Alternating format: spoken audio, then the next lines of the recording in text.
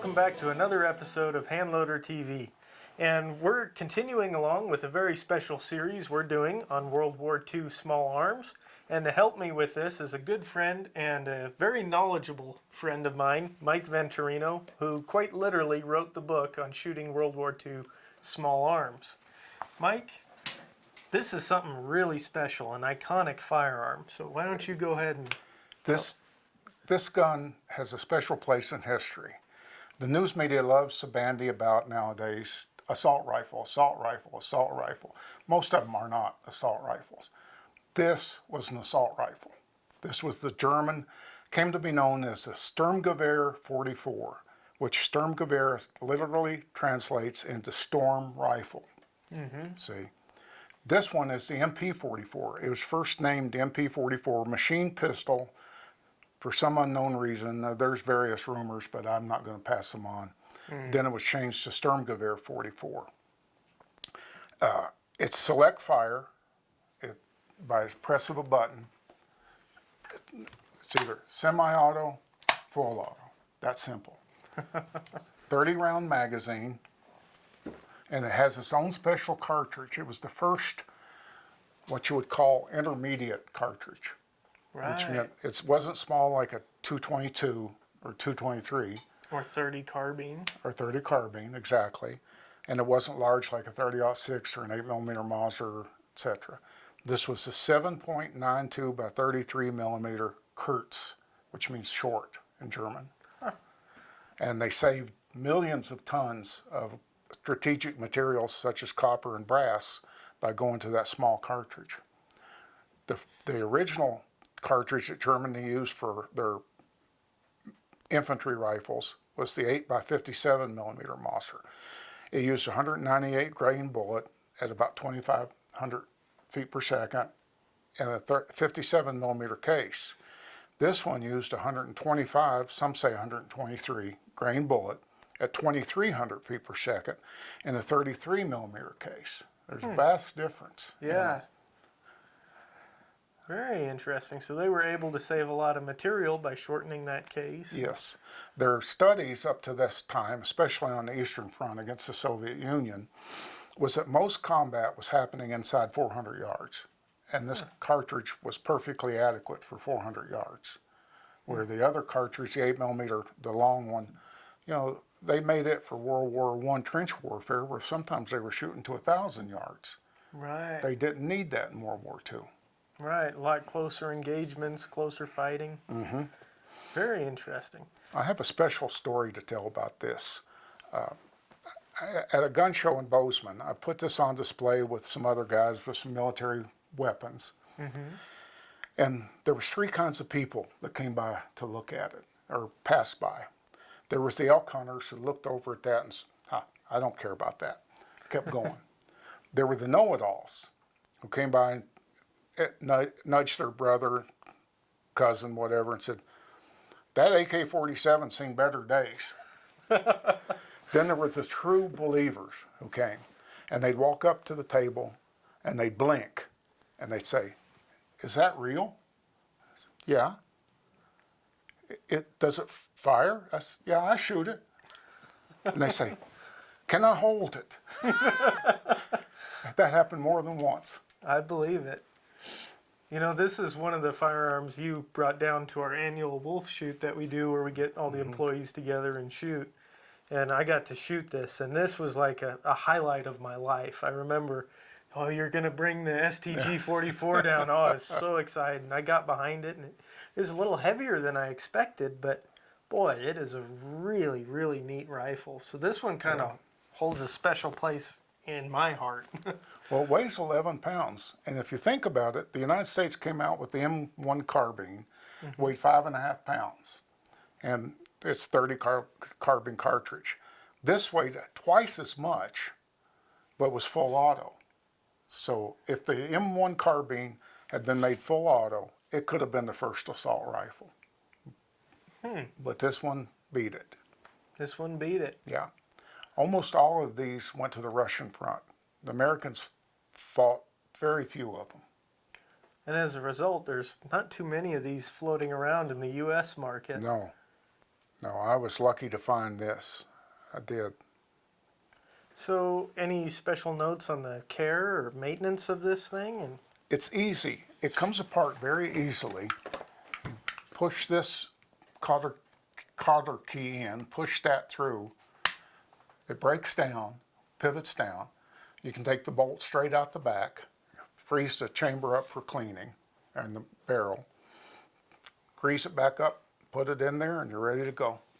Huh. And they're kind of reminiscent, like you said about the gun show, kind of reminiscent of the AK. A lot of people say that's where they got the design for the AK from. What are your thoughts on that? I got some thoughts on that.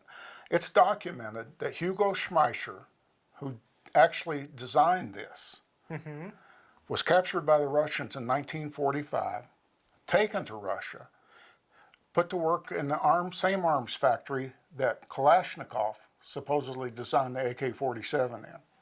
Now that's quite a coincidence there. Yeah. Quite. They only let Hugo Schmeischer come back home in 1955. They Really? kept him 10 years in working in that arms factory. So I don't think it's a coincidence that the AKs greatly resemble this. They were improved. That's for true. Yeah, but they got their ideas from the Germans. Which makes sense to me. I've always kind of thought that same thing as well. It's interesting that the AK round, the 7.62 by 39 Russian cartridge, only came out after they captured stocks of this ammunition. Very interesting. And correct me if I'm wrong, but that's not the first time the Russians have done something like that. Did they not take 30 Mauser and then came 7.62 by 25? Exactly. That's So right. history repeats itself. That's right. The Russians were smart, but they weren't above borrowing ideas. Right. Yeah. So when it comes to caring for this firearm, any special notes or anything? No, pretty Just simple. oil. It could carry spare parts in this little trap door here. Or your cleaning equipment if you wanted to, oil. Just keep it oiled and it'll work perfectly. Again, it fires. This one, you pull the bolt back, that opens up, but it does not fire from an open bolt. It fires from a closed bolt. So the semi-auto fire can be very accurate. Very accurate. Yeah, Don't have the mass of the bolt chugging forward like on the Thompson or. that's right. And the Russian human waves coming through the wire, the full auto come in real handy then. I believe it. Yeah. I believe it. So it is kind of an oddball cartridge. Do you have any special notes or a pet load for this? It's interesting. There's very few suitable powders for this. The only reloading manual that I've found that has data for it is the not Hodgson, Hornady manual.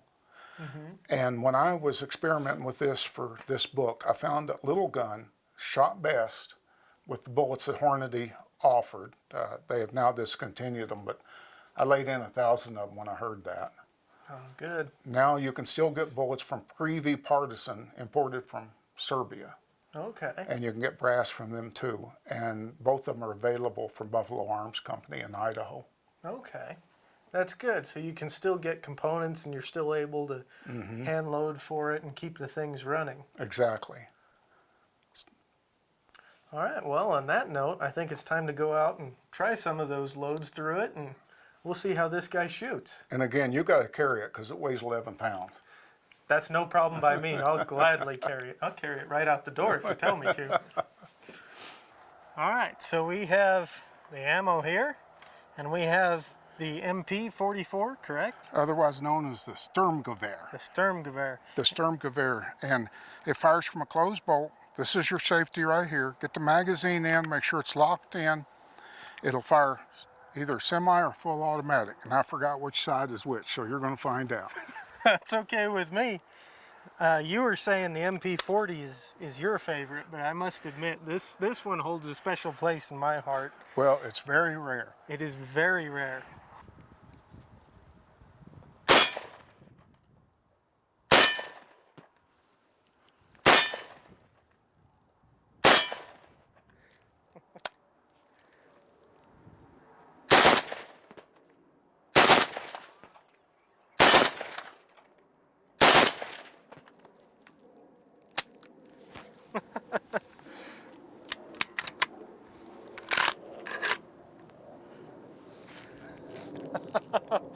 Oh, that is too cool.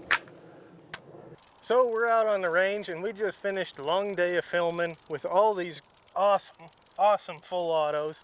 And we figured we'd do this kind of all together like, You're right. with all the full autos, so that way we kind of had some time behind each one of them and we could talk about them. We'll have individual videos on each of these awesome World War II firearms, so be sure to check out each one individually. But as far as a conclusion goes, for me, my personal favorite has to be this STG 44, MP 44 is this one's mark. Yes. It is a super cool gun. It's the first assault rifle ever made, definitively. And it's a neat intermediate cartridge. It's pretty accurate in semi-auto. Gets away from you pretty quick in full auto though. Yeah. And then of course, you gotta have the Thompson in there. And again, we'll have individual videos on all of these. But I had so much fun out here shooting these things. I learned so much just listening to Mike talk about them, and we didn't even skim the surface. If you really want to learn more about these classic, iconic, historical firearms, be sure to check out his book, Shooting World War II Small Arms. It's an awesome book with load data, tons of information on it. And Mike, I have to thank you for coming out here and doing this with us, opening up your home, your shooting shack. I have to give a special thanks to Ted Tompkins for being the official Gopher. the gopher. The gopher. I mean, he was running back and forth, brought us lunch, brought us food. I really appreciate that, Ted. And Mike, I don't have enough good things to say about you. I really appreciate this. Shooting your ammunition, your time, your guns, means a lot to me. I'll tell you what, Jeremiah, I had just as much fun sharing it with you, and I'm proud to be included in this. It means a lot to me. And as for my favorite, that's the MP40. It's one of the least practical, but I saw a lot of movies in the 50s and 60s. And they all had those, right? That's right, yeah. For sure. As a young kid, I grew up watching combat and shows like this, so getting to shoot these firearms is really a dream come true. And we got a lot of great performance out of all of them. The Nambu really surprised me with its simplicity and its accuracy. The Lewis gun did pretty good too, but as you were saying, it's not quite zeroed. That's right, yeah. So we got to cut it a little bit of slack. But it was a lot of fun to shoot. Great cartridges. The Sten, a simple mass-produced submachine gun that worked. Yeah. Kind of the same thing with the grease gun. They put it in tanks, as you were saying. And so I got to learn a lot about these.